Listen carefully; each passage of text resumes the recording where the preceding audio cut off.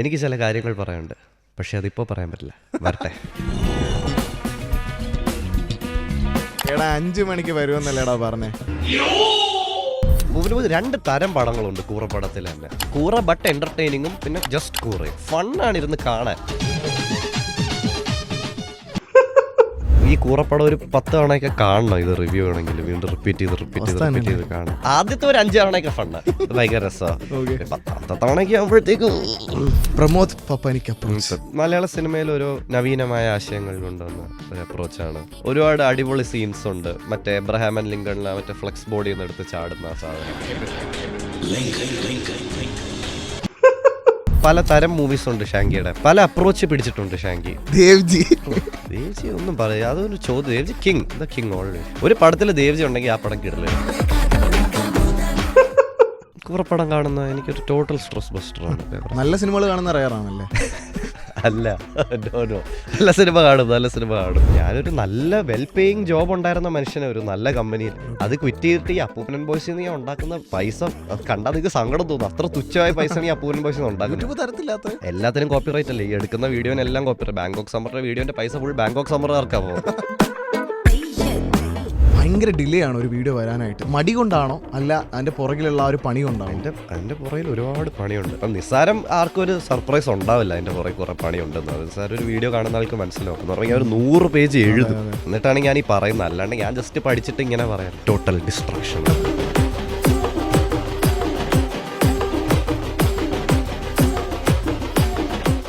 അപ്പൂപ്പനെ കൊണ്ടുവന്ന് ചിരിപ്പിച്ചു, ഇപ്പോൾ ആ ഗ്രാനിയെ കൊണ്ടുവന്ന് പേടിപ്പിച്ചു. Anantharam Ajay, welcome to club of. Thank you so much. Okay, അപ്പൂപ്പന് സുഖമാണോ? സുഖമായിട്ടിരിക്കുന്നു. ഓക്കെ, അപ്പൂപ്പനെ കാണാറില്ലല്ലോ. അപ്പൂപ്പനെ എന്ന് കൊണ്ടുവരും? അപ്പൂപ്പനെ ഞാൻ പണ്ടൊരു എപ്പിസോഡിൽ ചെറുതായിട്ട് കാണിച്ചിട്ടുണ്ട്. പിന്നെ ഞാൻ പണ്ട് ഇൻസ്റ്റാഗ്രാമിൽ കാണിച്ചിട്ടുണ്ട്. പുള്ളി അടൂരാ താമസിക്കുന്നത്. അപ്പം ഇനി പുള്ളിയെ അവിടെ ചെന്ന് ഇനി കാണിക്കേണ്ടി വരും. പക്ഷേ ഉടനെ ഒന്നുകൂടെ റിവീൽ ചെയ്യാം. അടുത്ത വീഡിയോയിൽ കാണുമോ? അടുത്ത നമ്മൾ ചെറിയൊരു പരിപാടി പ്ലാൻ ചെയ്യുന്നുണ്ട് അപ്പൂപ്പൻ ബോയ്സിന് ഫ്യൂച്ചറിൽ. അപ്പോൾ അതിന് വേണ്ടി അപ്പൂപ്പനൊന്ന് വരുന്നുണ്ട്. തൽക്കാലത്തേക്ക് മാറ്റി നിർത്തിയൊക്കെയാണ്. തൽക്കാലത്തേക്ക് ടോക്ക് ഓഫ് ദ ടൗൺ ആയിട്ട് നിൽക്കുന്നത് ഗ്രാനിയാണ്. ഒരു ഫിലിം മേക്കർ ആവണം എന്നുള്ള ഡിസിഷൻ എപ്പോഴാണ് എടുത്തത്? ഫിലിം മേക്കർ ആവണമെന്നുള്ള ഡിസിഷൻ ഭയങ്കര റീസെൻ്റ്ലിയാണ് ഉണ്ടാവുന്നത്. എനിക്ക് ഒരു റൈറ്റർ ആവണമെന്നുള്ള ആഗ്രഹം പണ്ടോട്ടേ ഉണ്ടായിരുന്നു. കുഞ്ഞു കഥകൾ എഴുതുകയാണെങ്കിലും വലിയ സ്ക്രിപ്റ്റ് എഴുതുകയാണെങ്കിലും ഒരു ബുക്ക് എഴുതുകയാണെങ്കിലും അങ്ങനത്തെ ആഗ്രഹം പണ്ടോട്ടേ ഉണ്ട്. അപ്പം ഞാനൊരു 2024 ഒക്കെ ആകുമ്പോൾ ഞാനിങ്ങനെ സ്ക്രീൻ പ്ലേസ് എഴുതി തുടങ്ങി. എന്നിട്ട് ഞാൻ ഒരു പോയിന്റിൽ ഒരു സ്ക്രീൻ പ്ലേ ഞാൻ ഇങ്ങനെ ഒരു ആക്ടറിൻ്റെ അടുത്ത് നറേറ്റ് ചെയ്തപ്പം പുള്ളി പറഞ്ഞു, എടാ ഇത് കുറച്ചുകൂടി ഒരു എക്സ്പെരിമെൻ്റൽ നേച്ചറുള്ള സാധനമാണ്, ഇത് നിനക്ക് തന്നെ ഡയറക്റ്റ് ചെയ്തോടെ എന്ന് ചോദിച്ചു. ഞാൻ ഡയറക്റ്റ് ചെയ്യണമെങ്കിൽ എനിക്ക് എന്തെങ്കിലും അറിയണമല്ലോ, ചുമ്മാ ഇങ്ങനെ ഡയറക്റ്റ് ചെയ്യാം, പഠിക്കണം. അപ്പം ഞാൻ വിചാരിച്ചു ഞാൻ തന്നെ ഒരു ഷോർട്ട് ഫിലിം എടുത്ത് നോക്കാമെന്ന് തീരുമാനിച്ചു. അപ്പം ഞാനിങ്ങനെ ഷോർട്ട് സ്റ്റോറീസ് ഒരു ഷോർട്ട് സ്റ്റോറി കളക്ഷൻ ഉണ്ടാക്കാൻ നോക്കാം 8 എണ്ണം. അതിൽ ഓൾറെഡി ഞാൻ 3 കഥ എഴുതി, 4ാമത്തെ അതിലൊരു കഥയായി ഗ്രാനി എന്നുള്ള. അപ്പോൾ അതൊരു ഷോർട്ട് സ്ക്രിപ്റ്റായിട്ട് എൻ്റെ കയ്യിലുണ്ട്. അപ്പം ഞാൻ എൻ്റെ ഫ്രണ്ട്സിൻ്റെ അടുത്ത് പറഞ്ഞു. അപ്പോൾ അവർ പറഞ്ഞു ഇത് ഈസി ആയിട്ട് നമുക്ക് ഷൂട്ട് ചെയ്യാം. ഞാൻ എൻ്റെ അമ്മൂമ്മയുടെ വീട്ടിൽ തന്നെ ഷൂട്ട് ചെയ്യാം, അതാകുമ്പോൾ വലിയ പൈസ ചിലവില്ല. എന്നിട്ട് നമ്മൾ പോയി അമ്മൂമ്മയുടെ വീട്ടിലാണ് ഷൂട്ട് ചെയ്തത്? എൻ്റെ അമ്മൂമ്മയുടെ. എവിടെയാണ് ലൊക്കേഷൻ? അത് ധനോച്ചപുരം എന്ന് പറയും, ട്രിവാൻഡ്രം. അറിയാം. എന്തുകൊണ്ടാണ് യൂട്യൂബിൽ റിലീസ് ചെയ്തത്? എനിക്കൊന്ന് മുമ്പ് ബ്രോ ഇങ്ങനെ പറഞ്ഞിട്ടുണ്ടായിരുന്നു ഫീച്ചർ ഫിലിമായിട്ട് തിയേറ്ററിൽ ഇറക്കാനൊക്കെ പ്ലാൻ ഉണ്ട് എന്നുള്ളൊരു കാര്യം. പിന്നെ എന്തുകൊണ്ടാണ് യൂട്യൂബിലേക്ക് പോയത്? ഇല്ല, ഇത് സത്യം പറഞ്ഞ എൻ്റെ ഷൂട്ട് കഴിഞ്ഞ വർഷം ഓഗസ്റ്റിൽ കഴിഞ്ഞ. അപ്പോൾ ഈ ജനുവരി ആയപ്പോഴത്തേക്കും ഫുള്ളി റെഡിയായി സാധനം. അപ്പം ഞാൻ ഇങ്ങനെ ഫിലിം ഇൻഡസ്ട്രിയിലുള്ള എൻ്റെ ഫ്രണ്ട്സിനൊക്കെ ഞാനിങ്ങനെ ഒരു പ്രീമിയർ വെച്ച് കാണിച്ചു. അപ്പോൾ ഇങ്ങനെ വേർഡ് സ്പ്രെഡ് ചെയ്തിട്ട് പ്രൊഡ്യൂസേഴ്സ് ഇങ്ങനെ ഒന്ന് ചോദിച്ചു, നിങ്ങൾക്ക് ഇത് എക്സ്പാൻഡ് ചെയ്യാൻ താല്പര്യമുണ്ടോ? ഞാൻ വെച്ചാൽ ആക്ച്വലി എക്സ്പാൻഡ് ചെയ്യാം. എൻ്റെ ഇതിൻ്റെ ഒരു കുറച്ചുകൂടെ ഒരു നീണ്ട സ്ക്രിപ്റ്റ് ഉണ്ട്. ഇത് ആക്ച്വലി കുറെ കൂടെ വലുതാണ്, ബഡ്ജറ്റ് ഇല്ലാത്തതുകൊണ്ടാണ് ഇത്ര ചെറുതാക്കിയത്, ക്രിസ്പാക്കിയത്. ശരിക്കും ഇത് ഇനിയും ഉണ്ട്, ഒരു 70 മിനിറ്റിൻ്റെ സാധനം ഉണ്ട് ഇത്. പക്ഷേ ഈ ഒരു ചെറിയ സമയത്തിനുള്ളിൽ ഇതെല്ലാം പറഞ്ഞു തീർക്കാൻ പറ്റി എന്നുള്ളൊരു തോന്നലുണ്ട്? ഇല്ല, ഫുൾ പറഞ്ഞു തീർക്കാൻ പറ്റില്ല ഈ സ്റ്റോറി. അതുകൊണ്ട് തന്നെ കുറച്ച് ആംബിഗ്വസ്. ഇത് ശരിക്കും കുറച്ചുകൂടെ ഉണ്ട് സാധനം, പക്ഷേ അതിനുള്ള ബഡ്ജറ്റ് ഇല്ലാത്തതുകൊണ്ടാണ് അത് ഷൂട്ട് ചെയ്യാത്തത്.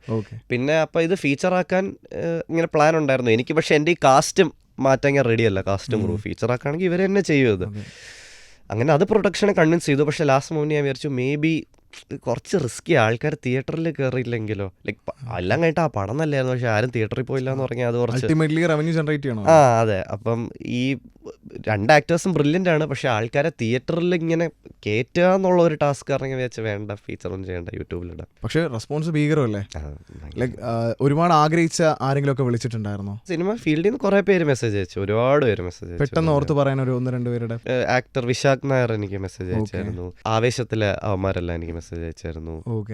ആസിഫ് അലിയുടെ അനിയൻ മെസ്സേജ് അയച്ചായിരുന്നു. അഷ്കർ അലി എനിക്ക് മെസ്സേജ് അയച്ചായിരുന്നു. എനിക്ക് തോന്നുന്നു ബ്രോവിനെ ആ ഒരു എല്ലാവരും ഒരു പബ്ലിക് ഫിഗർ ആയിട്ട് കണ്ടത് അപ്പൂപ്പൻ ആൻഡ് ദ ബോയ്സ് വന്നതിന് ശേഷമാണ്. ശരിക്കും 2014 തുടങ്ങിയ ഒരു യൂട്യൂബ് ചാനലല്ലേ അത്? 2014 ജസ്റ്റ് അക്കൗണ്ട് സ്റ്റാർട്ട് ചെയ്തു. അന്ന് എന്തായിരുന്നു പേര്? അന്നൊന്നും ഇല്ല, അതിനകത്ത് അനന്തരാമൻ എന്നല്ലായിരിക്കും എൻ്റെ പേര്, എനിക്ക് ഒട്ടും. എന്നിട്ട് അത് 2020 കഴിഞ്ഞപ്പോഴാണ് അതിൽ ഫസ്റ്റ് വീഡിയോ ഇട്ടത് 2020 കഴിഞ്ഞപ്പോൾ. ഫസ്റ്റ് വീഡിയോ ഏതായിരുന്നു? ശരിക്കും അപ്പൂപ്പൻ ബോയ്സിന് മുമ്പ് ബലേബേഷ് എന്ന് പറഞ്ഞൊരു ചാനലായിരുന്നു. അത് ഇങ്ങനെ കോപ്പിറൈറ്റ് ഇഷ്യൂ വന്നിട്ട് അത് പോയായിരുന്നു. 38K subscribers. 38K. അതിനുശേഷമാണ് അപ്പൂപ്പൻ ബോയ്സ് തുടങ്ങിയത്. അപ്പൂപ്പൻ ബോയ്സിലെ ആദ്യത്തെ വീഡിയോ ബ്ലാക്ക് സ്റ്റാലിയാണ്. ക്ലിഞ്ചോ. അപ്പൊ ഈ വാക്കുകളൊക്കെ പുറത്തു പോകുമ്പോൾ നിങ്ങളുടെ അടുത്ത് തന്നെ ആൾക്കാർ ഉപയോഗിക്കാറില്ലേ? ഇവിടെ കൊച്ചിയിൽ ഒരു ചായക്കടയുണ്ട്, ക്ലിഞ്ചോ ചായക്കട എന്ന് പറഞ്ഞിട്ട്. ഭയങ്കര ഫേമസ് ആ, ഒരു വലിയ ചായക്കട.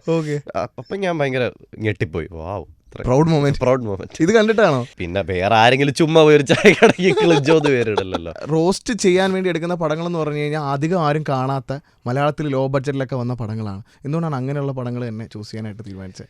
ഇത് ഞാൻ ഇങ്ങനത്തെ ഈ കൂറപ്പടം കാണാൻ തുടങ്ങിയിട്ട് ഭയങ്കര ഒരുപാട് വർഷങ്ങളായി. ഞാൻ ഇതിനു വേണ്ടി ചെയ്തു തുടങ്ങിയൊരു പരിപാടിയല്ല.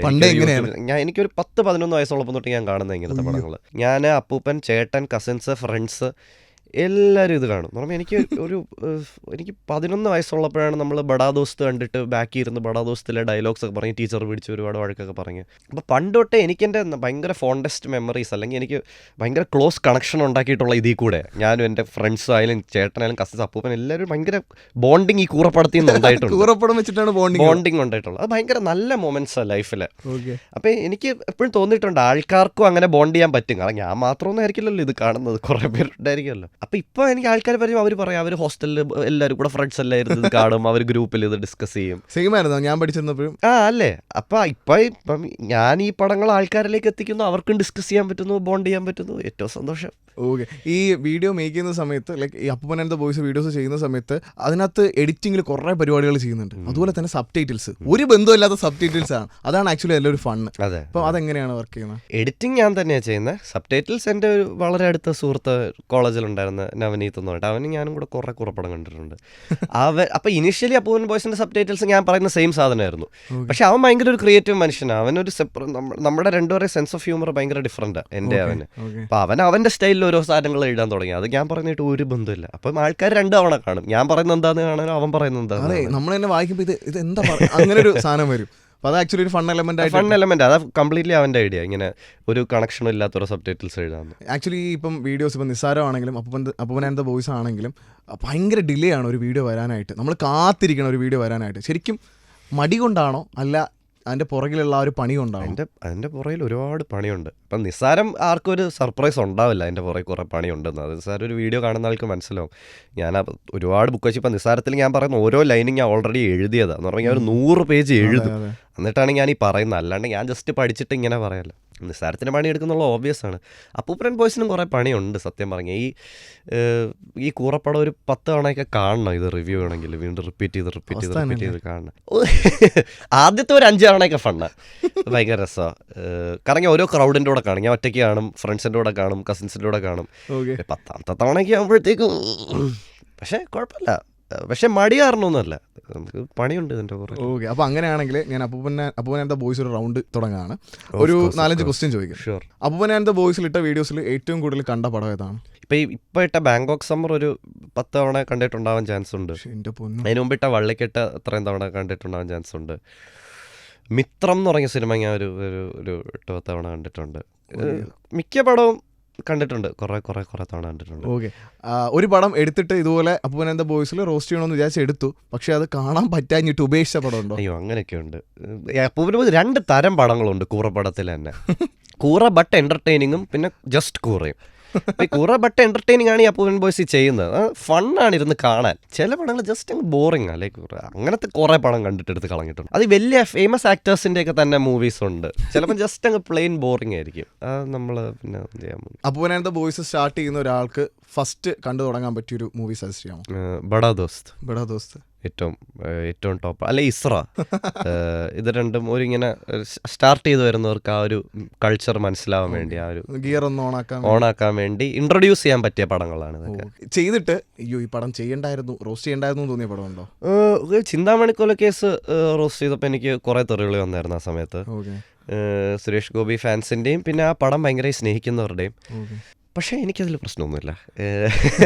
കാരണം എനിക്ക് ചിന്താപടിക്കൽ കേസ് ഭയങ്കര ഒരു മീംസിൻ്റെ ഒരു കൂമ്പാരമായിട്ടാണ് തോന്നിയിട്ടുള്ളത്. ഭയങ്കര എൻ്റർടൈനിങ് പടമാണ്, പക്ഷെ അതിൽ നിന്ന് ഒരുപാട് മീംസ് ഉണ്ടാവും. മിർച്ചി ഗേൾസും ടോട്ടൽ ഡിസ്ട്രക്ഷനും കുറേ മീംസ് ഉണ്ടായാലും ഒരു ഇഷ്ടം പോലെ ഒരു ട്രഷറി ഓഫ് മീംസ്. പക്ഷേ അതിൽ പടത്തിനെ ഭയങ്കരമായി സ്നേഹിക്കുന്നവർക്ക് ചിലപ്പോൾ അത് ഫീൽ ആയി കാണും, വിഷമമായി. ഓക്കെ, എന്ന് കരുതി ബ്രോയ്ക്ക് വിഷമമൊന്നുമില്ല? എനിക്ക് വിഷമമൊന്നുമില്ല. ഞാനതൊരു മോശം പടമാണെന്നല്ല പറയാം, ജസ്റ്റ് ടു മച്ച് മീംസ് ആ പടത്തിൽ നിന്ന് കിട്ടും എന്നുള്ള രീതിയിലാണ്. ഓക്കെ, ഇനി നമുക്ക് നിസ്സാരത്തിനെ കുറിച്ച് സംസാരിക്കാം. നിസ്സാരത്തിനകത്ത് ബ്രോ പറഞ്ഞിട്ടുണ്ട്, ഇപ്പം പലതിനെക്കുറിച്ചും പല ചോദ്യങ്ങൾ ഉന്നയിക്കുന്ന ആൾക്കാർക്ക് ഒറ്റൊരു മറുപടി കൊടുക്കണം, അല്ലെങ്കിൽ അവരെ കംപ്ലീറ്റ്ലി മനസ്സിലാക്കിപ്പിക്കണമെങ്കിൽ എവല്യൂഷൻ പഠിച്ചാൽ മതി എന്ന് പറഞ്ഞിട്ടുണ്ടായിരുന്നു. ഇപ്പം എന്തൊക്കെ സാധനങ്ങൾ എവല്യൂഷനെ മനസ്സിലാവും? First of all human and animal behaviour completely മനസ്സിലാക്കാൻ പറ്റും. എന്തുകൊണ്ടാണ് നമുക്ക് ഐസ്ക്രീം ഇഷ്ടം, എന്തുകൊണ്ടാണ് നമുക്ക് ഐസ്ക്രീം ഇഷ്ടം? ഐസ്ക്രീം ഒരു ലോഡ് ഓഫ് കാലറീസ്. നമ്മൾ പണ്ട് കാട്ടി ജീവിക്കുന്ന മനുഷ്യന്മാർക്ക് സർവൈവ് ചെയ്യാൻ ഭയങ്കര പാടാണ്. അപ്പം മാക്സിമം കാലറി കൺസ്യൂം ചെയ്യാനാണ് ഹ്യൂമൻ ബ്രെയിൻ ഇവോൾവ് ആണ്. അതുകൊണ്ട് നമുക്ക് ഐസ്ക്രീം കാണുമ്പോൾ ഇത്ര ഇഷ്ടം. ഭയങ്കര ബേസിക് എക്സാമ്പിൾ ഞാൻ പറയും. ഇങ്ങനെ ഹ്യൂമൻ ബിഹേവിയറിൻ്റെ ഹ്യൂമൻ ബിഹേവിയറും ആനിമൽ ബിഹേവിയറും മൊത്തത്തിൽ മനസ്സിലാക്കണമെങ്കിൽ എവല്യൂഷൻ മനസ്സിലാക്കിയാൽ മതി. കാരണം ഒരു ബിഹേവിയർ യൂസ്ഫുൾ ആണെങ്കിൽ ആ ബിഹേവിയർ പ്രാക്ടീസ് ചെയ്യുന്ന ആൾക്കാർ കൂടുതൽ കുട്ടികളുണ്ടാകും. അത് ആ ജീൻസ് ക്യാരി ഫോർവേഡ് ചെയ്യും. അങ്ങനെ എവല്യൂഷൻ അങ്ങനെ ഒരുപാട് ബെനിഫിറ്റ്സ് ഉണ്ട് പഠിക്കുന്നതിൽ. പിന്നെ ഈ ദൈവവിശ്വാസം, ദൈവം മനുഷ്യനെ പ്രത്യേകമായി ഉണ്ടാക്കി, ഇതെല്ലാം ഒരു സ്കാമാണെന്ന് മനസ്സിലാവും. ഇങ്ങനെ ഒന്നുമില്ല, ദൈവം മനുഷ്യനെ സ്പെഷ്യലായിട്ട് ഉണ്ടാക്കിയതൊന്നുമല്ല. കാരണം ഹ്യൂമൻസിൻ്റെ ബിഹേവിയർ നമുക്ക് ഒരുപാട് ആനിമൽ ബിഹേവിയറുമായിട്ട് കോറിലേറ്റ് ചെയ്യാം. മനുഷ്യനെന്തോ സെപ്പറേറ്റ് സാധനമാണെങ്കിൽ നമ്മൾ ഭയങ്കര വ്യത്യസ്തരായിരിക്കില്ലേ ബാക്കി സാധനങ്ങൾ. ഇത് എന്തോന്ന് കുരങ്ങനിന്ന് വലിയ വ്യത്യാസമില്ല, ചിമ്പാൻസിന്ന് വലിയ വ്യത്യാസം, ബാക്കിലോട്ട് പോയി തുടങ്ങിയാൽ ഒരു പശുവിന് പോലും വലിയ വ്യത്യാസമില്ല. എല്ലാം ഡിഫറെൻറ്റ് രീതിയിൽ ഇവോൾവ് ചെയ്ത് വന്ന ക്രീച്ചേഴ്സാണ്. അപ്പോൾ ഇതൊക്കെ മനസ്സിലാക്കുന്ന ചിലർ പറയും എവല്യൂഷൻ വെറും ഒരു തിയറിയാണെന്ന്. അത് കംപ്ലീറ്റ്ലി തെറ്റാണ്. എന്തുകൊണ്ടാണ് ബാക്ടീരിയ ആൻറ്റിബയോട്ടിക് റെസിസ്റ്റൻസ് ഡെവലപ്പ് ചെയ്യുന്നത്? എവല്യൂഷൻ കാരണമാണ്. അല്ലെങ്കിൽ ആക്ച്വലി എന്തുകൊണ്ടാണ് നമുക്ക് ഈ ആനിമൽസിനെ ടൈം ചെയ്യാൻ പറ്റുന്ന പട്ടിയും വുൾഫും തമ്മിൽ എന്താ ഇത്ര വ്യത്യാസം? എവല്യൂഷൻ കാരണം. എവല്യൂഷൻ കംപ്ലീറ്റ്ലി ആൾക്കാരും അറിഞ്ഞിരുന്നത് അത്രയും നല്ലതെന്ന് എനിക്ക് തോന്നുന്നു. ഇപ്പം നിസ്സാരത്തിൻ്റെ കാര്യം പറഞ്ഞുകൊണ്ടിരുന്നു, വീഡിയോസിൻ്റെ കാര്യം. അപ്പോൾ ഇത്രയും കാര്യങ്ങൾ റിസർച്ച് ചെയ്യണം. ഒരു മിസ്റ്റേക്ക് വന്നു കഴിഞ്ഞാൽ എല്ലാം കൂടെ തിരിച്ചടിക്കും. കാര്യം സയൻസാണ്. അപ്പോൾ അത് എത്രത്തോളം കെയർഫുൾ ആയിട്ട്? ഇല്ല, കെയർഫുള്ളായി ശ്രമിക്കാറുണ്ട്. പക്ഷെ നമുക്കങ്ങനെ പറയാൻ പറ്റില്ല മിസ്റ്റേക്സ് വരാൻ പാടില്ല എന്ന് തന്നെ. മിസ്റ്റേക്സ് വരും, അത് സാരമില്ല. നമ്മുടെ ഇൻറ്റൻഷൻ നല്ലതായിരിക്കണം. ആൾക്കാരിലേക്ക് നമ്മൾ കെയർലെസ് ആയതുകൊണ്ടോ അല്ലെങ്കിൽ നമ്മൾ ആൾക്കാർ ഒരു രീതിയിൽ ഡൈവേർട്ട് ചെയ്യാമെന്ന് വിചാരിച്ചുകൊണ്ടോ നമ്മളൊന്നും ചെയ്യരുത്. നമ്മളതിനെ മാക്സിമം ഓണസ്റ്റായിട്ട് അതിനെ ചെയ്യുക. അതിലെന്തെങ്കിലും തെറ്റ് വന്നു അത് നമ്മൾ മാക്സിമം ട്രൈ ചെയ്തു, അത്രേ ഉള്ളൂ. അപ്പം ഇനി ഞാൻ അപ്പൂപ്പൻ ആൻഡ് ദ ബോയ്സിലെ കുറച്ച് ക്യാരക്ടേഴ്സിൻ്റെ പേര് പറയാം. ഇതിലെ ഫേവറേറ്റ് ആയിട്ടുള്ള ഒരു 3 ക്യാരക്ടറിനെ ചൂസ് ചെയ്യണം. ആൻഡ് വൈ എന്ന് പറയണം. ഓക്കെ, ടഫാണ് അല്ലേ? കുറച്ചധികം. Okay, immortal JK. സിമ്പിൾ ഇത് തന്നെ. ഇമ്മോർട്ടൽ JKക്ക് കുറേ വർഷമായിട്ട് പ്രായമാവുന്നില്ലായിരുന്നു. ഞാൻ കുട്ടിയായി കാണുമ്പോൾ ഇമ്മോർട്ടൽ JK അതുപോലെ, എനിക്ക് 15 വയസ്സുള്ളപ്പോഴും ഇമ്മോർട്ടൽ JK അതുപോലെ, എനിക്ക് 25 വയസ്സുള്ളപ്പോഴും ഇമ്മോർട്ടൽ JK അതുപോലെ. ഒട്ടും ഒരു എന്തോ ഒരു മാജിക് പോർഷൻ. മമ്മൂക്ക പോലെ അല്ലേ? അതെ. പക്ഷെ മമ്മൂക്കേനേക്കാളും എനിക്ക് കൺഫ്യൂസിങ് ആയിരുന്നു ഇമ്മോർട്ടൽ JK. എനിക്ക് തോന്നുന്നു ഇപ്പം പുള്ളിക്ക് കുറച്ചുകൂടെ ഒക്കെ പ്രായമാവാൻ തുടങ്ങിയെന്ന്. പക്ഷെ എനിക്ക് എൻ്റെ ജീവിതത്തിൽ ആദ്യത്തെ ഒരു 10-25 വർഷം ഈ പുള്ളിയെ കാണാൻ അതുപോലെ തന്നെ ഇരിക്കും. ഷാങ്കി ടോപ്പ്. ഷാങ്കിനെ എനിക്ക് ഭയങ്കര ഇഷ്ടമാണ്. ഷാങ്കിക്ക് പല തരം മൂവീസ് ഉണ്ട്. ഷാങ്കിയുടെ പല അപ്രോച്ച് പിടിച്ചിട്ടുണ്ട് ഷാങ്കി. ഒരു ഹൊറർ, ഇപ്പം ഭദ്ര ഷാങ്കി ഒരു ഹൊറർ അപ്രോച്ച് പിടിച്ചു. പിന്നെ ദ ഫയർ എന്ന് പറഞ്ഞ സിനിമയിൽ ഒരു ഡിറ്റക്റ്റീവായിട്ട് very versatile, very entertaining. Okay, Devji ഒന്നും പറയാം, അതൊരു ചോദ്യം. Devji the king always. ഇപ്പം എന്താ ഒരു പടത്തിൽ ദേവ്ജി ഉണ്ടെങ്കിൽ ആ പടം കിടലായിരിക്കും. അതിൽ അങ്ങനെ ദേവ്ജി ഈ ഭയങ്കര ബോറിങ് സ്ക്രിപ്റ്റ്സിനൊന്നും തല വയ്ക്കില്ല. ചിലപ്പം പടം സൂപ്പറായിരിക്കും, ചിലപ്പം പടം കൂറായിരിക്കും, എന്നാലും പടം എൻ്റർടൈനിങ് ആയിരിക്കും. ക്ലൈമാക്സ് വരെ പോവില്ല എന്നാണ് പല സിനിമയിലും പറയാറ്. കുറച്ച് സാഡാണ് ദേവ്ജി ഇങ്ങനെ തട്ടി പോകുന്നു ഇടയ്ക്കിടയ്ക്ക്. പക്ഷേ ഇതാണ് നമ്മൾ ദേവ്ജിയുടെ ഫിലിമോഗ്രഫി എടുത്ത് ചുമ്മാ കണ്ടാൽ മതി, എല്ലാം എൻ്റർടൈനിങ് ആയിരിക്കും. ഒരിക്കലും നമ്മൾ പടം പാതി വഴി നിർത്തിയിട്ട് പോകില്ല, മുഴുവൻ കണ്ടു തീർക്കും. ഓരോ സിനിമയിലും ഓരോ രീതിയിലായിരിക്കും മരിക്കുന്നത്. ഓരോ അതെ. ഷാങ്കിയുടെ അപ്രോച്ചിൻ്റെ കാര്യം പറഞ്ഞപ്പോഴാണ് പ്രമോദ് പപ്പാനിക്ക് അപ്രോച്ച്. മലയാള സിനിമയിൽ ഓരോ നവീനമായ ആശയങ്ങൾ കൊണ്ടുവന്ന ഒരു അപ്രോച്ചാണ്. ഒരുപാട് അടിപൊളി സീൻസ് ഉണ്ട്. മറ്റേ എബ്രഹാം ആൻഡ് ലിങ്കണിലെ മറ്റേ ഫ്ലെക്സ് ബോഡിയിൽ നിന്ന് എടുത്ത് ചാടുന്ന ആ സാധനം, പാലത്തിൻ്റെ മുകളിൽ നിന്ന് എടുത്ത് ചാടുന്ന സാധനം. പിന്നെ എബ്രഹാം ആൻഡ് ലിങ്കണി തന്നെ മറ്റേ സാധനം പറയാം, എബ്രഹാം ലിങ്കൺ. പിന്നെ ആ ഒരു നറേഷൻ്റെ അപ്രോച്ച്. ഇങ്ങനെ എല്ലാ പടത്തിലും ഇങ്ങനെ ഏതോ ഒരാളെ വിളിച്ചുകൊണ്ടൊന്ന് ഇങ്ങനെ നറേറ്റ് ചെയ്യും കഥ ഫുൾ. അപ്പം 2 ലെയറാണ്, നമുക്ക് കണ്ടും മനസ്സിലാക്കാം കേട്ടും മനസ്സിലാക്കാം. Very good. അപ്പോൾ ഫേവറേറ്റ് പ്രമോദ് പാപ്പൻ മൂവി ഏതായിരിക്കും? ഫേവററ്റ് എനിക്ക് തോന്നുന്നു എബ്രഹാം ആൻഡ് ലിങ്കൺ ആയിരിക്കും. അത് ബ്ലാക്ക് സ്റ്റാലിയണും ഭയങ്കര നല്ല. ബാങ്കോക്ക് സമ്മർ ഇഷ്ടമാണ്, പക്ഷേ പ്രശ്നം പറഞ്ഞാൽ ബാങ്കോക്ക് സമ്മറിനും ബ്ലാക്ക് സ്റ്റാലിയണിനും ഒരേ കഥയാണ്. ജസ്റ്റ് ബ്ലാക്ക് സ്റ്റാലിയൻ പോയി ബാങ്കോക്കിൽ ഷൂട്ട് ചെയ്തത് ബാങ്കോക്ക് സമ്മർ. അതുകൊണ്ട് എനിക്ക് ബ്ലാക്ക് സ്റ്റാലിയൻ കണ്ട് ഞാൻ ഭയങ്കര ഇമ്പ്രസ്ഡ് ആയതുകൊണ്ട് എനിക്ക് ബാങ്കോക്ക് സമ്മർ കാണുമ്പോൾ ഇത് സെയിം കഥയല്ലേ എന്നൊരു തോന്നൽ. ബ്രോ ആക്ച്വലി ഇങ്ങനെ ഈ റോസ്റ്റ് ചെയ്യുന്ന സമയത്ത് കഥയുടെ രീതി തന്നെ മാറ്റിക്കളയും, മൂഡ് തന്നെ ഷിഫ്റ്റ് ചെയ്തോളാം. സീരിയസ് സീനെ കോമഡി ആക്കുമല്ലേ, മ്യൂസിക് ഒക്കെ ഇട്ട്. അപ്പം ഇതൊക്കെ ആ തോട്ടൊക്കെ ബ്രോ ആണോ അല്ല കൂടെ ഇരിക്കുന്ന ആൾക്കാരുമായിട്ട് ഡിസ്കസ് ചെയ്തിട്ട്? കൂടെ ഇരിക്കുന്ന എൻ്റെ കൂടെ പടം കാണാൻ കുറേ ആൾക്കാരുണ്ടാവും. ആദ്യം ഒരു 2 തവണ ഞാൻ കാണും, പിന്നെ ബാംഗ്ലൂരുള്ള എൻ്റെ ബോയ്സിൻ്റെ കൂടെ കാണും, കസിൻസിൻ്റെ കൂടെ കാണും, അങ്ങനെ കുറേ ക്രൗഡിൻ്റെ കൂടെ കാണിച്ചെങ്കിൽ ക്രൗഡിൻ്റെ പൾസ് എന്താണെന്നൊന്ന് നോക്കും, എല്ലാവരും എന്താ വിചാരിക്കുന്നത്. പക്ഷേ ഈ ജോക്സ് ഉണ്ടാക്കുന്നത് എഴുതുന്നതെല്ലാം ഞാൻ തന്നെ. വേറെ ഇടയ്ക്ക് വെച്ചിട്ട് നെറ്റ്ഫ്ലിക്സിന് വേണ്ടിയിട്ട് ഒരു വീഡിയോ ചെയ്തിട്ടുണ്ടായിരുന്നു, ഗൺസ് ആൻഡ് ഗുലാബ്സ്. അതെങ്ങനെയായിരുന്നു ഓഫർ വന്നത്? അത് നെറ്റ്ഫ്ലിക്സ് ജസ്റ്റ് എൻ്റെ അടുത്ത് ചോദിച്ചു അങ്ങനെ ചെയ്യുന്നുണ്ട്. ശരിക്കും ആ വീഡിയോ ഭയങ്കര ട്രിം ഡൗൺ. അത് ഇനി അതിൻ്റെ ഇരട്ടി സമയമുണ്ട്, അതിൽ നല്ല കുറേ ജോക്സൊക്കെ ഉണ്ടായിരുന്നു.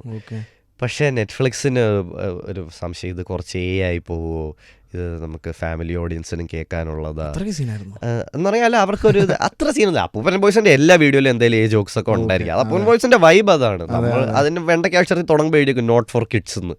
അപ്പോൾ ഇത് കൊച്ചുകുട്ടികളിരുന്ന് കാണാനുള്ള സാധനമല്ല, ഒരു പ്രായത്തിന് മുകളിലുള്ള ആൾക്കാർ കണ്ടാൽ മതി. ഫൺ കുറേ ജോക്സ് ഉണ്ടായിരിക്കും. പക്ഷേ നെറ്റ്ഫ്ലിക്സിന് ഭയങ്കര സംശയം, നമുക്ക് അത്രയും വേണോ അത്. And guns and Gulaabs full തെറിയ ഇത് കണ്ടിട്ടുണ്ടെങ്കിൽ, ആ സീരീസ് ഫുൾ തെറിവിളയാണ്. അതുകൊണ്ട് ഞാൻ ഭയങ്കരമായിട്ട് ട്രിം ഡൗൺ ചെയ്തു ആ വീഡിയോ. അതിപ്പോൾ ഭയങ്കര 10 മിനിറ്റ് വീഡിയോ, ശരിക്കും അത് 15-16 മിനിറ്റ്സ് ഉണ്ടായിരുന്നു. ഏതെങ്കിലും ഒരു ആളെ ഇതുപോലെ റോസ്റ്റ് ചെയ്തതിന് ശേഷം ആള് വിളിക്കുന്ന ഒരു ഇൻസിഡന്റ് ഉണ്ടായിട്ട്? അയ്യോ, വിളിച്ചിട്ടുണ്ട് ആൾക്കാർ. പക്ഷെ എല്ലാവരും നല്ല രീതിയിലാണ് വിളിച്ചിട്ട് കണ്ടു, നല്ല രസമുണ്ട്, ഫണ്ടാണ് എന്നൊക്കെ പറയും. ആരും അപ്പൂപ്പൻ ബോയ്സിലെ ഇന്നേ വരെ എന്നെ ഒരാൾ ഞാൻ കളിയാക്കിയിട്ടുള്ള ഏതെങ്കിലും ഒരു പടമായിട്ട് അസോസിയേറ്റ് ഉള്ള ആൾ വിളിച്ചിട്ട് അയ്യോ ഭയങ്കര മോശമായി പോയി അങ്ങനെ ആരും ഇന്നേ വരെ പറഞ്ഞിട്ടില്ല. ഞാൻ നേരിട്ടും കണ്ടിട്ടുണ്ട് ആൾക്കാരെ, അവരും ഭയങ്കര ഗ്രേഷ്യസ് ആയിരുന്നു, ഭയങ്കര സ്വീറ്റ് ആയിരുന്നു.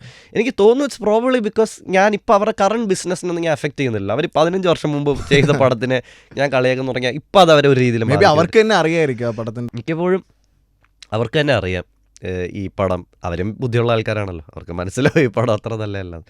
അപ്പോൾ വിളിച്ചിട്ടുണ്ട്, പക്ഷേ എല്ലാവരും നല്ല സെൻസിലായിരുന്നു. ഓക്കെ, അങ്ങനെ വിളിച്ച ആരൊക്കെയാണ്? ഇല്ല, ശങ്കർ സാർ ഒന്നും വിളിച്ചിട്ടില്ല. ഇപ്പം ഞാൻ സാൽമൺ 3D എന്ന് പറഞ്ഞ ഒരു പടം കളിയിട്ടുണ്ട്, 3D സാൽമൺ.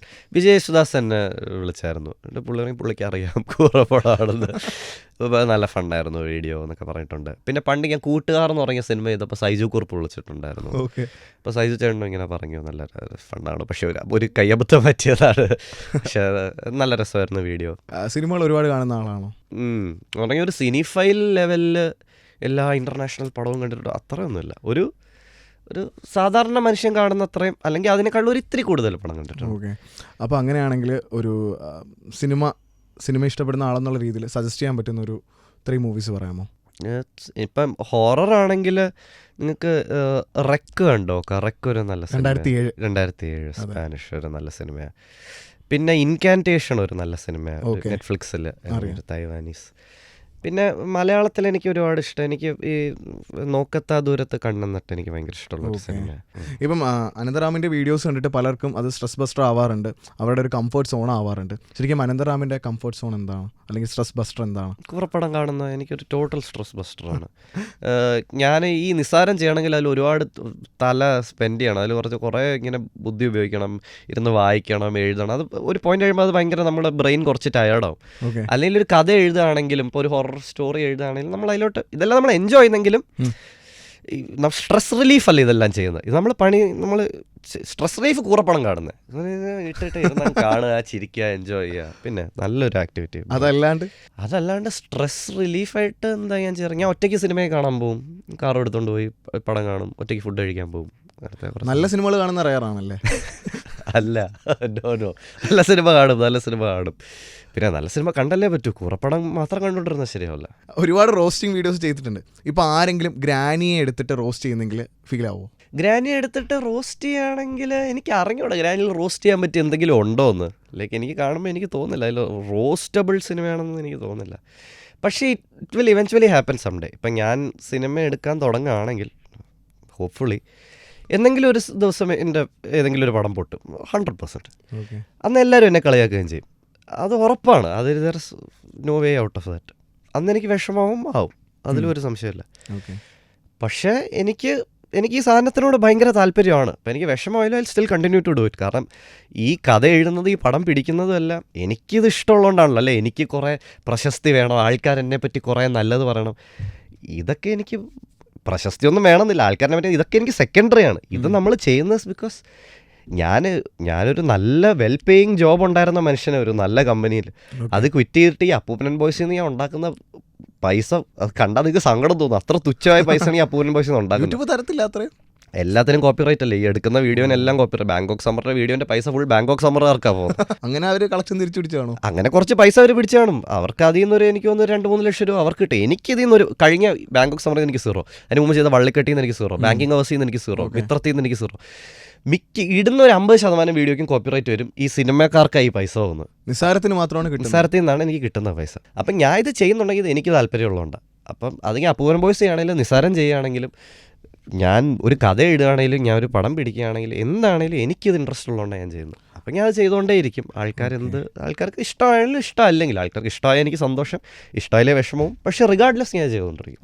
ഇപ്പം ഗ്രാനിയിൽ ലൈക്ക് കിട്ടിയ പെർഫോമൻസ് ഉള്ളായിരുന്നു, പ്രത്യേകിച്ച് നമ്മുടെ KPC ഇല്ല ചേച്ചിക്ക് രക്ഷയില്ലാത്ത. അവരെ കണ്ടെത്തി എങ്ങനെയായിരുന്നു ആ 2 ക്യാരക്ടേഴ്സിനെ? ശിവരാജിനെ ഞാൻ ഈ കഥ എഴുതുമ്പം എനിക്കറിയാം ശിവരാജ് ആക്ട് ലാബിൽ എൻ്റെ സീനിയർ ആയിരുന്നു, ഓസ്ലറിലുണ്ടായിരുന്നു. അപ്പോൾ എനിക്ക് ശിവരാജ് ഒരിക്കൽ സ്റ്റേജിൽ പെർഫോം ചെയ്യുന്നത് ഞാൻ കണ്ടിട്ടുണ്ട്. അപ്പം ഞാൻ നോട്ട് ചെയ്ത് വെച്ചായിരുന്നു. പക്ഷേ ഈ ഗ്രാനിയായിട്ട് ആര് പെർഫോം ചെയ്യണമെന്ന് എനിക്ക് അറിഞ്ഞുകൂടായിരുന്നു. അപ്പോൾ എഴുതി കഴിഞ്ഞിട്ട് എൻ്റെ എഡിറ്റർ പൂക്കാലത്തിൻ്റെ എഡിറ്ററാണ്, നമ്മൾ ഫ്രണ്ട്സാണ് പണ്ടോട്ടെ. അപ്പോൾ പുള്ളി എൻ്റെ അടുത്ത് പറഞ്ഞു, എടാ ഇങ്ങനെ ഒരാളുണ്ട് പൂക്കാലത്തിലെ അമ്മൂമ്മ തുടങ്ങി ഫോട്ടോ കാണിച്ചു തന്നപ്പോൾ തന്നെ ഞാൻ സോൾഡയോ കൊള്ളാം, ഇത് തന്നെയാണ്. എന്നിട്ട് ഞാൻ ലീലാമ്മയ്ക്ക് സ്ക്രിപ്റ്റ് അയച്ചു കൊടുത്തും പുള്ളിക്കാരി അപ്പോൾ തന്നെ വിളിച്ചു ചെയ്യാൻ മോനെ എന്ന് പറഞ്ഞു.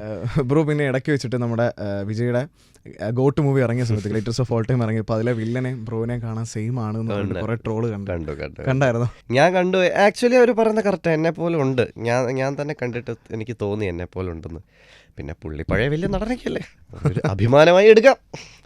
ഓക്കെ. ഇപ്പോൾ ബ്രോ നിസ്സാരത്തിനകത്ത് ഏത്തിസത്തിനെ കുറിച്ചൊക്കെ സംസാരിക്കുന്നുണ്ട്. പക്ഷേ ഇപ്പോൾ ഒരു ഫിലിം ചെയ്ത സമയത്ത് അതിനകത്തൊരു സൂപ്പർ നാച്ചുറൽ എലമെൻറ്റിനെ കുറിച്ചാണ് പറയുന്നത്. അപ്പോൾ അത് രണ്ടും ഡിഫറെൻ്റ് ആയിട്ട് ഫീൽ ചെയ്തില്ലേ? അത് ഒബ്വിയസ്ലി ആണ്.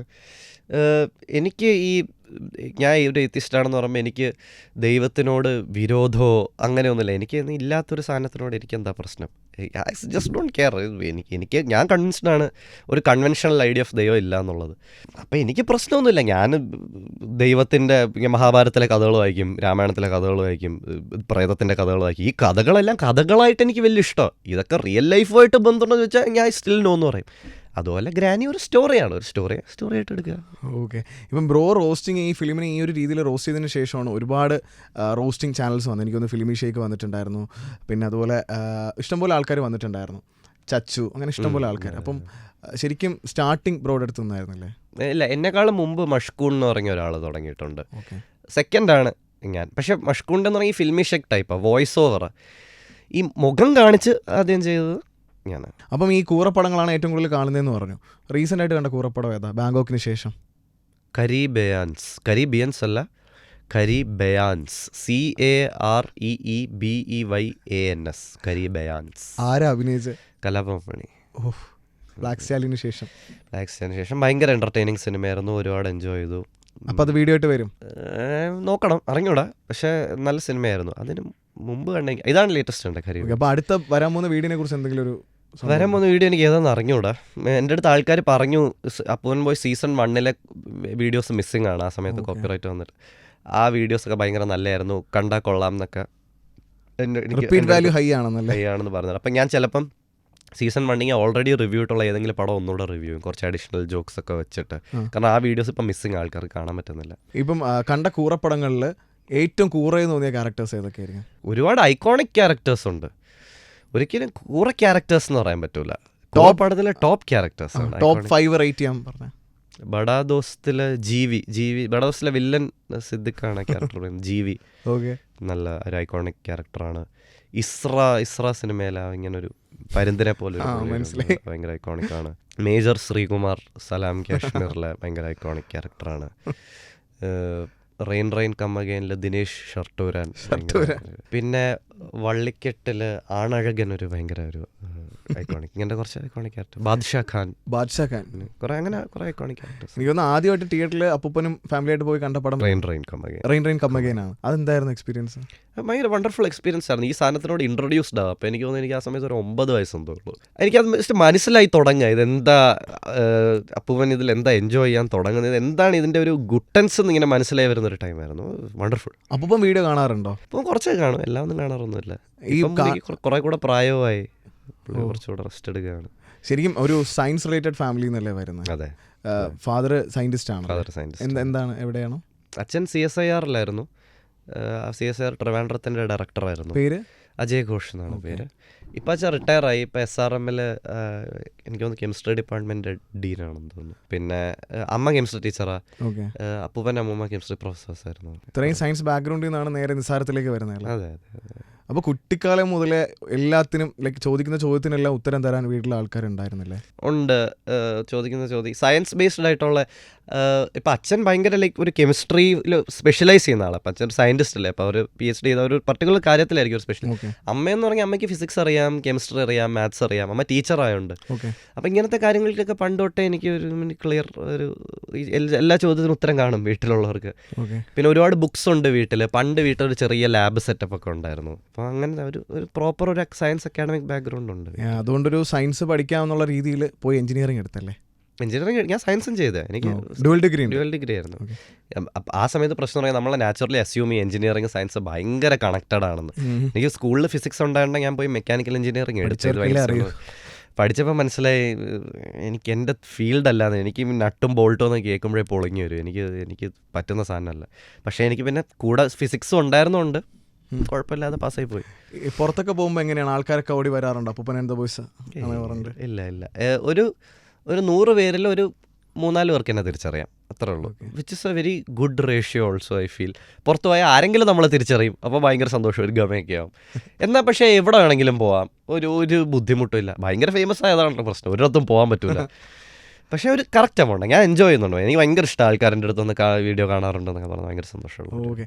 രോമാഞ്ചം മൂവിയിൽ അഭിനയിച്ചിട്ടുണ്ട്. അപ്പോൾ അതിനുശേഷം പിന്നീട് ആക്ടിങ് ഫീൽഡിൽ അങ്ങനെ കണ്ടില്ല, പക്ഷേ സ്ക്രിപ്റ്റുകൾ പ്ലാനിങ് ആണെന്ന്. അതെ. എന്താണ് ഒരു ലൈക്ക് ഭയങ്കര ഒരു ആലോചിച്ച് ചെയ്യുന്നല്ല. എൻ്റെ ലൈഫ് ഇങ്ങനെ കുറച്ചിങ്ങനെ അപ്പം എന്താ ചെയ്യാൻ തോന്നുന്നത് അത് ചെയ്യാന്നുള്ള ഒറ്റ മൈൻഡാണ്. പിന്നെ കൂടുതൽ ചിന്തയൊന്നുമില്ല. അപ്പം എൻ്റെ അടുത്ത് ആ സമയം പറഞ്ഞടാ ഇങ്ങനെ വരുന്ന സാധനങ്ങളൊക്കെ ചെയ്യുക, എനിക്ക് പിന്നെ മുഖം മറന്നുപോയാൽ പിന്നെ പടം ഞാൻ ഇത്ര ഒന്നും ആലോചിക്കുന്നൊന്നുമില്ല.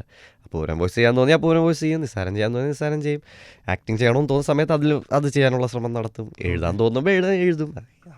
നമുക്ക് എന്താ നാച്ചുറലി ഫീൽ ചെയ്യുന്ന അത് ചെയ്യാം. അപ്പോൾ അത് ആ വർക്കിൽ റിഫ്ലക്റ്റ് ചെയ്യുന്ന എനിക്ക് തോന്നും. അല്ലാണ്ട് ഇത് പേടിച്ച് അയ്യോ പെട്ടെന്ന് ചെയ്യാം, ഇല്ലെങ്കിൽ ഭാവിയിൽ റോൾസൊക്കെ പോകും വേഗം പോയി അങ്ങനെയൊന്നും ചെയ്തിട്ട് കാര്യമില്ല. നമുക്ക് എന്താ താല്പര്യം അത് ചെയ്യാന്നുള്ളത്. രോമാഞ്ചത്തിൽ എങ്ങനെയായിരുന്നു കിട്ടിയ? രോമാഞ്ചം യൂട്യൂബിൽ ആ ഒരു അപ്പൂപ്പൻ ബോയ്സിൻ്റെ ഇത് കണ്ടിട്ട് ജിത്തു ചേട്ടൻ വിളിച്ച് ചെറിയൊരു സ്ക്രീൻ ടെസ്റ്റ് പോലെ ചെയ്തങ്ങനെ. അതിനുശേഷം ഏതൊക്കെ നമുക്ക് അറിയുന്ന ഏതെങ്കിലും മൂവീസിലൊക്കെ ഓഫർ വന്നിട്ടുണ്ടായിരുന്നു? ഗഗനാചാരിയിൽ ഞാൻ ചെറിയൊരു സാധനം ചെയ്തു. പിന്നൊരു ഇനിയിപ്പോൾ വരാൻ പോകുന്നൊരു കുറച്ചൊരു 2-3 പടത്തിൽ നിന്ന് വന്നായിരുന്നു.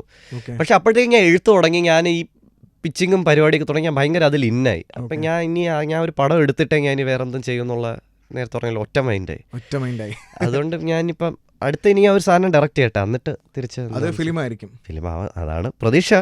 നമുക്ക് നോക്കാം. ഫിലിം ഈ ഹൊറർ ജോണർ തന്നെയാണോ പ്ലാൻ ചെയ്യുന്നത്? ഹൊറർ എനിക്ക് ഭയങ്കര ഇഷ്ടം. പക്ഷേ എനിക്കൊരു ഹൊറർ മാത്രം അറിയപ്പെടാൻ താല്പര്യമില്ല. ഇപ്പം ഈ അപ്പൂപ്പൻ ബോയ്സിൽ കോമഡി ചെയ്തു, നിസ്സാരത്തിൽ സയൻസ് ചെയ്യുന്നു, ഇനി ഹൊറർ ചെയ്തു. ഇനി എന്തെങ്കിലും ഡിഫറെൻ്റ് ആയിട്ടൊക്കെ ചെയ്യാതല്ലേ, ഒരു ലൈഫല്ലേ, മാക്സിമം എൻജോയ് ചെയ്യാൻ പറ്റുന്ന സാധനങ്ങളൊക്കെ ചെയ്യാന്നുള്ളൊരു. ഇത് ആക്ച്വലി ബ്രോ റോസ്റ്റ് ചെയ്ത മൂവീസിലെ ചില ഡയലോഗ്സ് ഞാൻ പറയും, ആ മൂവി ഏതാണെന്ന് കണ്ടുപിടിക്കണം. ഓക്കെ അല്ലേ? ഓക്കെ. എനിക്കൊരു കാര്യം പറയാനാണ്, പക്ഷേ ഇപ്പോൾ പറയാൻ പറ്റില്ല. ആ ഡയലോഗ് ഒന്ന് പറയാമോ? എനിക്ക് ചില കാര്യങ്ങൾ പറയാനുണ്ട്, പക്ഷെ അതിപ്പോൾ പറയാൻ പറ്റില്ല, വരട്ടെ. ഓക്കെ. എടാ 5 മണിക്ക് വരുമെന്നല്ലേടാ പറഞ്ഞേ? റെയിൻ കമ്മഗേൻ. അത് മറക്കാൻ പറ്റില്ലല്ലേ? അതൊന്നും ഒരിക്കലും മറക്കാൻ പറ്റില്ല. ഞാൻ അത് ചെയ്യുമ്പോൾ ഞാൻ ഒരിക്കലും വിചാരിച്ചില്ല അതൊരു ഭയങ്കര അപ്പൂപ്പൻ ബോയ്സിലെ ഏറ്റവും ഫേമസ് ഡയലോഗ്. ഞാൻ ജസ്റ്റ് എനിക്ക് ഫണ്ണിയായിട്ട് തോന്നി. അത് ഒരിക്കലും പറയാൻ പറ്റില്ല ഈ അപ്പൂപ്പൻ ബോയ്സിൽ എന്താ ആൾക്കാർ ക്ലിക്കാവുന്നതെന്ന്. എനിക്ക് ജസ്റ്റ് അത് എന്തുകൊണ്ട് ആ ഡയലോഗ് ഫണ്ണിയെന്ന് എനിക്ക് ഇപ്പോഴും അറിഞ്ഞൂടാ. പക്ഷെ അത് ഫണ്ണിയാണ് ഫോർ സം റീസൺ. ഒരാൾ ജസ്റ്റ് വേറൊരാളുടെ അടുത്ത് 5 മണിക്ക് വരാതല്ലേ അതിലൊരു ജോക്ക് പോലും ഇല്ല. ജസ്റ്റ് സം റീസൺ അത് ഭയങ്കര ഫണ്ണിയാണ്. പുള്ളി സംസാരിച്ചിട്ടുണ്ടായിരുന്നു ജാസി ഗിഫ്റ്റ്? ജാസി ഗിഫ്റ്റിൻ്റെ അടുത്ത് പണ്ട് സംസാരിച്ചിട്ടുണ്ട്. പുള്ളി ചെല്ലാണെന്ന് തോന്നുന്നു. ഈ 5 മണിക്ക് ശേഷം ഞാൻ സംസാരിച്ചിട്ടില്ല, അതിന് മുമ്പ് സംസാരിച്ചിട്ടുണ്ട്. 5 മണിക്ക് മുമ്പേ ഉള്ളൂ അല്ലേ? മുമ്പേ ഉള്ളു. ഓക്കെ. അരേ സാലേ തൂ തോകയാ. അരേ സാലേ തൂ തോകയാ, അത് ജയം. ആ പുള്ളി ആക്ടറിന്റെ പേര് എനിക്ക് തോന്നുന്നു, പുള്ളിയുടെ പേര് കിരൺ രാജ് എന്നാണ് തോന്നുന്നു. പുള്ളി ഭയങ്കര ഇൻട്രസ്റ്റിംഗ് ക്യാരക്ടറാണ്. ഓക്കെ. അമ്മായി fish fry. Fish fry hi hi Riyaz Khan.